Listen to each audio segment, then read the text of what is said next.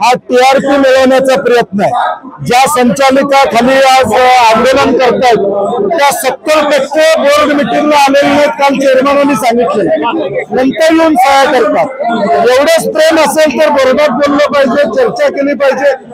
सर्वसाधारण सभेच्या माध्यमातून फक्त प्रसिद्धी मिळवायची आणि दुःख हे गोकुळच्या सभासदांच्या विषयासाठी ते आलेले नाहीत, त्यांचा टँकरचा व्यवसाय बंद झाला त्याचं दुःख खरं त्यांना आहे, त्या दुःखापोटी त्यांचं आंदोलन त्या ठिकाणी सुरू आहे। आता मुश्रीफ साहेब म्हणले तसं राज्य शासनानं धोरण स्वीकारलं की पशुवैद्यकीय महाविद्यालय चालू झाली पाहिजे आणि म्हणून गोकुळने आता ठराव केलाय की शासनानं मदत केली तर शेतकऱ्यांच्या मुलांसाठी चालू करायचं।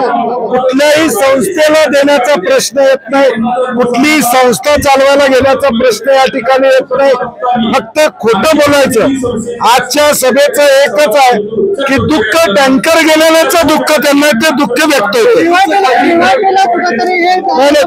चुकीचं याचा खुलासा चेअरमनने केलेला हे ऍब्सोल्युटली खोटा आहे। मला वाटतं आता त्यांना कुठलाही मुद्दा नाही, लोकांच्या पर्यंत जाऊ शकत नाहीत। लोकांनी विश्वासानं आमच्या सगळ्यांच्यावर गोकुळची जबाबदारी दिलेली आहे, पुढे सुद्धा त्यांना मिळणार नाही याची खात्री झाल्यामुळे आता खोटं बोलण्याचं काम ते करतायत, त्याला सभासद फसणार नाही। आम्ही जे उपक्रम राबवलेले आहेत, शेतकरी विमुख उपक्रम राबवलेले आहेत, त्याला प्रतिसाद सभासद निश्चितपणे या ठिकाणी देईल। आणि आता चेअरमन जे प्रश्नाने उत्तर द्यायला लागले, त्यांनी टाकलेल्या प्रश्नाचीच उत्तरं ते द्यायला लागले, त्यामुळे सभा आम्हाला चालवायची आहे, त्यांना गोंधळ घालून ती संपवायची आहे हे सिद्ध होते।